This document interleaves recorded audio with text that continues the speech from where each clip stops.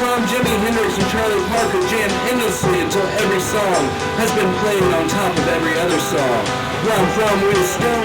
I am a scribe writing pen to paper to you, telling you about my journey as I pick up my stick, hear it over my back, and tell you of all the tales that are in my mind.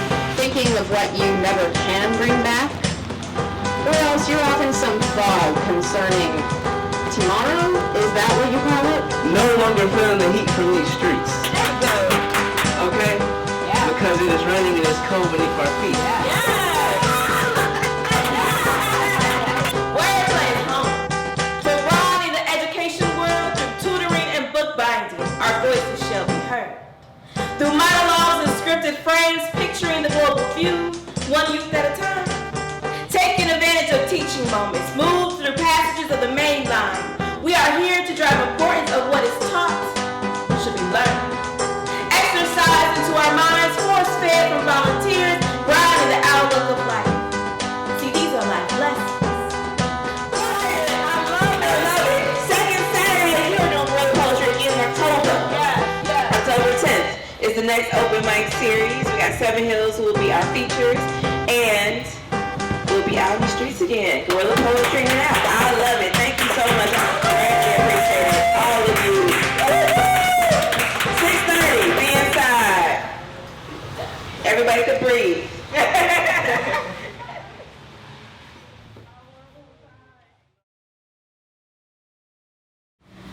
Aujourd'hui, tu écoutes-moi.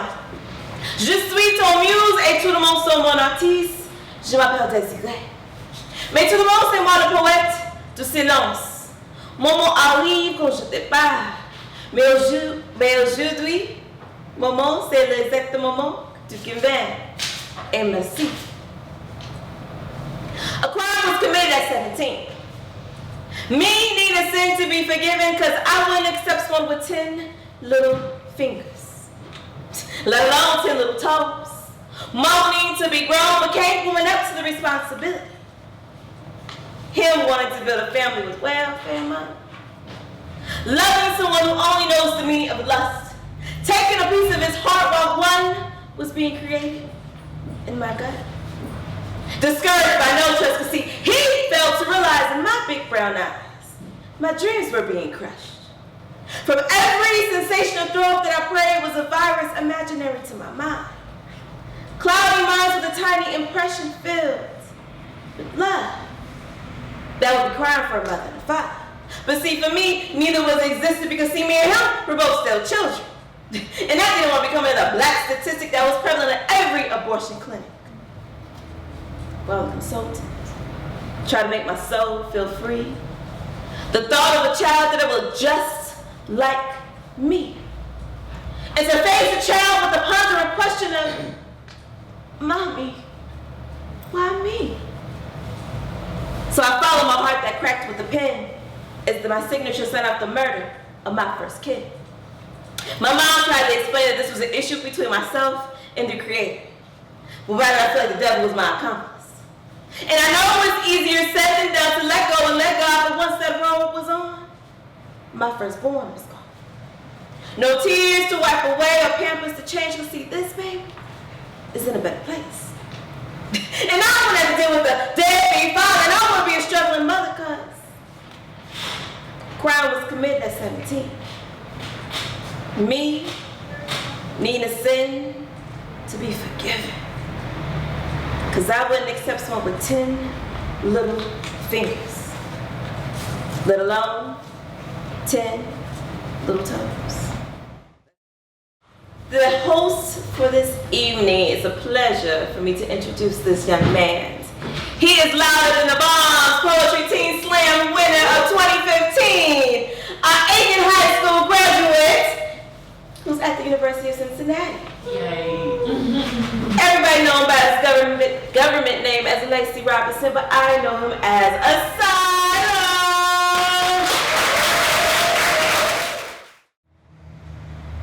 In a world with three-headed squirrels running around and speaking backwards German, I have come to learn that it is always beneficial to have a purpose squirt gun because it will disintegrate the howlers and then you are free to walk the streets safely. Now, the reason why that just sounded like the fever dream of a homeless man to all of you, and to me, quite honestly, it sounded perfectly fine, is because I've learned that when you have whatever condition it is that I have, you understand that all of your brains don't quite work like mine. And when I first discovered this truth, the first thought that I had was great. As if I didn't have enough problems making friends already. Now I'm insane. Everybody at school already thought I was the really weird kid, and now I have a shattered brain. And as if like clockwork, as soon as I began to suffer, I simultaneously discovered my love for the academics and my artistic ability as if that would help at all with any of the pain. You see, I had a conversation with God, and she said, hey kid, I know life sucks right now, but those conscious nightmares that I bestowed upon your brain are going to be so visually stimulating that you're going to be able to display them on a piece of paper with the same level of dexterity and skill as Leonardo da Vinci when he painted the Mona Lisa. And as far as those voices in your head, kid, they're going to expand your vocabulary, and you're going to gain such a craving for knowledge that you're going to be able to produce philosophical poetry and beautiful thoughts that will one day be held amongst the levels of the exalted ones. I mean, that's got to help, right? Yeah, God, that helps. I mean, you could have never given me these problems in the first place and make me want to kill myself on a couple of occasions, but this is a great love constellation prize. You're awesome, God. Because you see, God is a cool chick who gave me all of these cool gifts, but I stopped believing in her on the day that she made my life a living hell. And sometimes in my worst days, I'll dwell on the fact that, hey, maybe everything will be okay because of the fact that I can read, write, and draw so well. But it doesn't help because it would appear to me in my mind that my possession of creativity and intelligence are carefully selected reparations and seemingly somewhat apologetic accommodations for all of the years that I had to endure unbearable mental torture and failing in school because I couldn't keep my concentration because I was covering my ears trying to block out those voices or closing my eyes because I didn't want to see those horrific hallucinations, but picking up a pen calmed all that down and the world of art gave me this beautiful socially accepted safe haven. And now truthfully, I don't know. Maybe being a poet was all part of the universe's plan for me, or at least that's the excuse they presented me with in the form of the theory that genius often likes to walk down the road hand in hand with insanity. And you see, that makes sense to me because the random creative individual is inevitable. The ideas that come from any of you might be impeccable. And I happen to know with no ego that my thoughts are on the level of being so astronomically incredible to the point that it may seem like I have the superior intelligence of a highly intellectual extraterrestrial. And that works. Because an alien is exactly what I feel like around all of my friends. And that hurts. Being around people who I care about so much makes me feel like the end. There are no outbursts. I simply sit in a seemingly safe circle surrounded by all of my suspicious associates, and I suffer without words. But you see, now the question is why?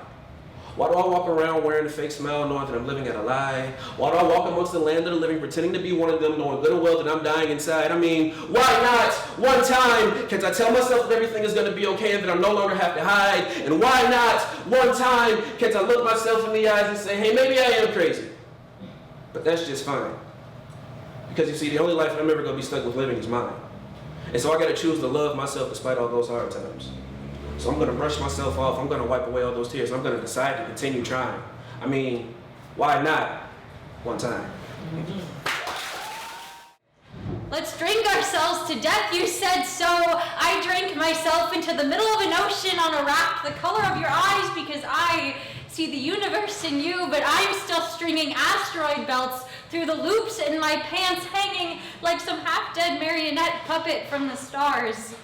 I am literally holding myself together with myth. I have a soft heart, but hurt is hard and scarred with every time you crossed out your name. I only have memories of who we could have been, but we never got the chance, so I stitched them together to justify why I can't stop clinging to them like a security blanket. We were terminal like our velocity. This love was formulaic from the beginning. We hit endgame too fast. The two of us floating in real time, making our fall from grace. They say it's not real until you die when the chant turns to why didn't we help? And in instances of self-diagnosis, the only prescription for this life is death. The way my hips sit suggests that I am ready for motherhood, but I am coming to realize that maybe that's not my role in this. To be honest, this is a love letter and an apology, a double-barreled shotgun aimed at you and who I used to be, bending over backwards for you. I never learned to see what I look like in the mirror, but that's my fault, not yours. Love that can't stay is never stolen. It sees an open door and leaves, tripping down the steps after it, immortalizes a ghost that never needed to exist. But when the mountains move you, push back, you are not a side effect. What took me years to understand was that when you gotta go, go. a night that I can't bask in the glow of a love that doesn't exist. So this is me saying that I am not your pit stop love, your I have no one else love, your it's better than nothing love, because I am more than a last resort. And don't tell me you love me just because you need to hear it back. There are days where you can find me sitting at the bottom of the ocean, hoping that by water displacement I'll learn the weight of this language, cramming life preservers into my mouth to keep myself from hurling four-letter words into coral reefs. In my lifetime of bad choices and run-on sentences, I have found within myself a house of healing. It lies next to massive stacks of altars that belong to make-believe gods who weren't listening. You were one of them. So the next time you call me up for a body, know that I am not a funeral home. Know that I won't answer. I'll be in my church in the front row where there's a no phones allowed policy, and I'll be thanking myself for making it this far. Circa 1976, Dorothy Hamill won gold for figure skating in a custom-tailored glittering pink dress. About 25 years later, I wore her bullish haircut and some stretchy pants from Target. Circa 2001, my grandmother stared into my eyes, watercolored pink, as I scowled unyieldingly on her bed. She sighed, and with a prim floral dress gripped in one hand, she said, "If you refuse to wear dresses, what will you wear on your wedding day?" "Pants," I said, but this did not suffice. For maybe the first 3 years of my life, I threw up on sterile-smelling kitchen and grocery store floors while everything around just sort of stayed suspended in a circa 1950s magazine advertisement, smiling and perky and squeaky clean. Cereal boxes lined up in a row on a shelf, fruit meticulously arranged in a bowl on the counter, all domestic and white with a slender woman poised over her shiny new vacuum, but maybe because vacuums don't clean up vomit, well, time stayed frozen around me while the spicy orangish puddles seeped steadily between the sterile tiles, and some frenetic white fairy dots flew all around. At some point early on, my decrepit curmudgeon of a pediatrician prescribed me a glass of soy milk daily to settle my stomach. Circa 2004, the end of recess bell clanged. Julia from my first grade class stood next to me in line and asked me for the third time if I was a boy or a girl. I said girl and cried. Her pigtail shot out from her head like the chunky ends of paintbrushes, while her fat brown eyes smiled at my tears from under Fisher-Price red glasses frames, and I did not kick her in the shins the next day, I don't think. Circa 2005, I begged my mom to let me grow out my hair, and she cried. Circa that same year, Julia pinched my waist and called me fat. At some point in 5th grade, I asked a girl who was friends with the most popular girl in my class why that girl didn't like me, and she said, "Well, you weren't fat, not at all, but you weren't skinny either, so maybe that's why." When I was about 13, maybe, a couple of my teachers asked if I was doing okay, and I told them I planned on gaining some of the weight back. When I was 8 years old, maybe, my young, cheery, ex-wannabe rock star pediatrician said I was becoming a woman. My mom gasped and tried to send him visual signals of "please stop now," because I didn't know then that becoming a woman was more than just growing a few inches taller. Circa 1 year later, I donned a real bra, and we blamed it all on the excessive estrogen in soy milk. Circa 2009, someone in my gym class told me to, quote, "stop running like a fairy," and in another gym class, a guy yelled to some other guy to, quote, "stop standing there like a pregnant lady." Sometime in 2011, my computer ran at a manageable but nevertheless irritating pace, and I whispered, "Come on," and a guy next to me said, "Maria, did you just say that kind of sexy?" And as the page finally loaded, I said, "No, go away." Sometime the next year, I ate a brownie, and a different guy sat next to me and said, "That diet does not match that body." Circa the rest of that year, a guy would not stop texting me and following me around because I was, quote, "a mountain of love he could not climb." 2 years later, someone told me that I was beautiful, so I thought that meant that they had more to say, but over the course of a few months, maybe, I learned that this wasn't and isn't the case. In about 1856, Gustave Flaubert wrote the book Madame Bovary about a woman's sexual independence, but in or around 2014, some emo kid on a toddler's bike stalked me up and down the street, and since I really didn't want to, quote, "get to know him better," I was not able to read outside at all that day.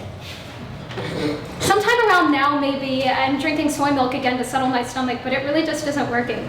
Time keeps moving forward, I guess, but I still feel suspended in the middle of it as that orangish pool of vomit seeps into white, pristine cracks.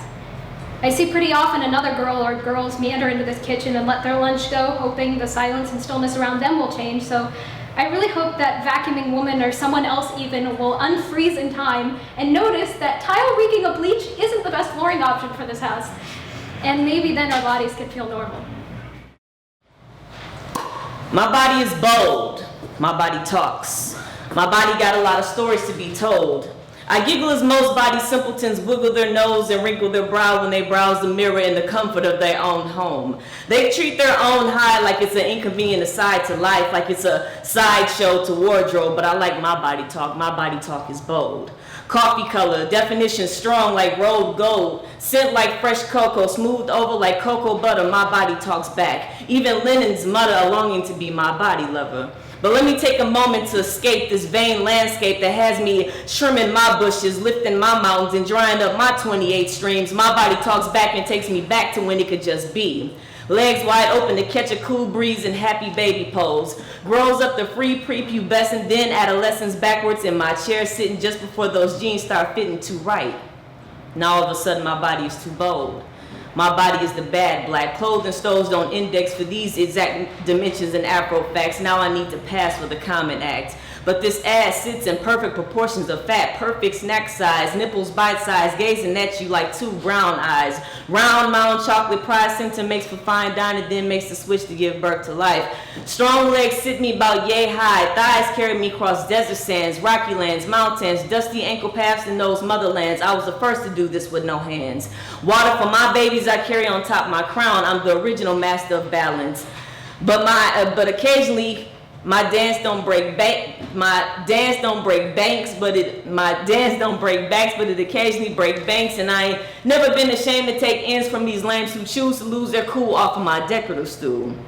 Don't be mad because I know how to pool my resources. My tools go to work. Don't be mad because my curves is looking at your purse. My curves square off when squares try and test my soft touch. You can catch my profile rerouting the breeze that you was trying to catch as it eclipsed the sunlight and such. I love when soft shirts drape my nips, and it's amazing how this seemed to cause so many people fits, but I can never shed tears for such short-range respect. My body is stomach, my stomach is true. You mean to tell me my stomach is the keeper of food, life, and strong will? I guess that's where I get all these stripes. My body is hair, my hair is tight. I'm used to living on edge. Don't try and give me control. I'm doing all of this right. My mane is swole. Humidity is exactly what it needs. Don't you prefer being moist to being thirsty? So please, body shamers, please exit stage right. I love my shiny trinkets. These adornments is your source of life. Fetch. Balls and sticks capture my attention seconds at a time. Catch? I don't think so. Bunny, tumbling leaf, a squirrel who's, oh joy, actually scared. Sniff the wind, then I'm off again. Muck, pond, ditch, residue of any thrillingly dead thing. And you? Either you're sunk in the past, half our walk, thinking of what you can never bring back, or else you're off in some fog concerning tomorrow. Is that what you call it? My work, to unsnare time's warp and woof, retrieving my haze-headed friend, you. This shining bark, a Zen master's bronzy gong, calls you here entirely now. Bow wow, bow wow, bow wow. You should feel free. When writing, you should be who you want to be. We were born to create, and when we get old, we should show the children so they can recreate. You don't have to rhyme, just sit back and take your time. Your mind will surprise you, and you will decide to let go, to let the world know, I have a voice, this is me, and I want everyone to see. Hush, little baby, don't say a word. Mama's gonna buy you a mockingbird. And if that mockingbird don't sing, Mama's gonna buy you a diamond ring. So we sing every day to our thoughts in the form of babies. Babies cradled by both genders, babies soothed by all ages. For the maternal instinct transcends when it comes to shutting up reality. Transcends because everyone needs to sleep and live without hearing the incessant howling of bigger things and their resulting insignificance. So the soft thuds of babies hitting cribs again and again and again is a sound that resounds everywhere, forming the incessant hooting of horns and the hiss of trains as we progress, work and progress while our babies digress. We just can't hear that howling that interrupts the important flurry of hands and the steady current of sands. That feed us the shining morrow. But thoughts are not children. We cannot tuck them into bed and beguile them with lullabies. We cannot dress them up in innocence and expect to close the roots. The dark root, those baby insides, where knowing cynicism drinks tea and speaks eternally free, smirking as his cigar ashes hit the ground as meteors, where our mellow melodies drown in the steel lake of his eyes, where he speaks of death, admits that every day is a short-winded rattling breath, that beauty is gone before it arrives, that the values we make are leaves in the wind, that we are bestial and full of sin, that everything we do is a method to cope with ubiquitous pointlessness. So we sing our lullaby. Sleep, little baby, don't you cry. Don't wake Mama when she's working. Mama has a lot to do, so don't wake her up. You will learn this later, little one. So we continue on and on and on, writing glorious stories next to 7 billion silent cradles, rushing through subways, office cubes, as our babies droll at daycare, walking oh so quietly when we get home at night to avoid that howling flight. And only when the sun rises in the sky do we hold our babies high, squeezing pudgy wrists and leading virgin fingers through the red and orange hues that smudge hope to the edge of perception, smiling to ourselves and nodding as the little hands grasp golden threads and squeal of diamond rings, looking glasses, billy goats, carts and bowls, and a dog named Rover. So we live our lives singing a hollow lullaby to thoughts that know far more than us, far more, but good night, little baby, good night.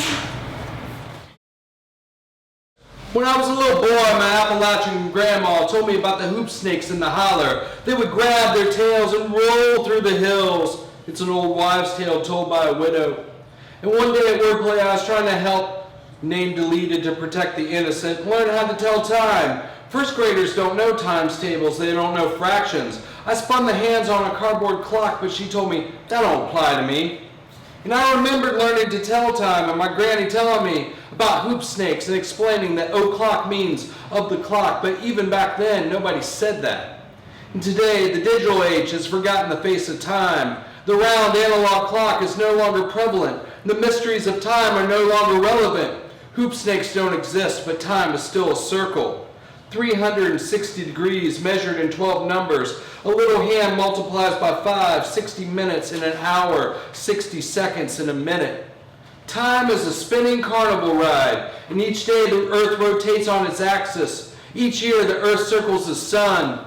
Each 7 years your birthday is on Saturday, and every month the moon turns around the sun, and it takes 28 days, despite what the calendar says. And does the moon spin too, I wonder? Interlocking orbits like the intermesh gears of a watch, 360 degrees in a circle, 365 days in the year. Orbits are elliptical, that's why the math is imperfect. 6 squared is 36, times 10 is a perfect circle. Add a leap year and watch the moon. The atomic clock adds leap nanoseconds to keep the decimal places in sync with the pagan 6s and 12s. And before the railroads ran on time, every town and village was its own time zone, and time was measured in shadows. The phases of the moon are produced by the shifting shadow of the earth. The simplest clock is a sundial. The showdown takes place at high noon. The burial is at sunset. And we no longer measure time in circles. We no longer say quarter to midnight. It is simply 11:45. But my favorite speed to drive is 60 miles per hour, a mile a minute, because time travel is possible. We're just stuck on a one-way street. But back in the day when I lived in Dayton, Indiana didn't save daylight. So it was possible 6 months out of the year to drive to Richmond and arrive before you left. Of course, coming back took 2 hours.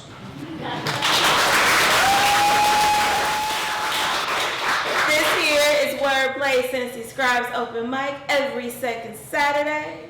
We have writing workshops from 12 to 2 every Saturday. So come out and just know that you've just been scribed. Peace out.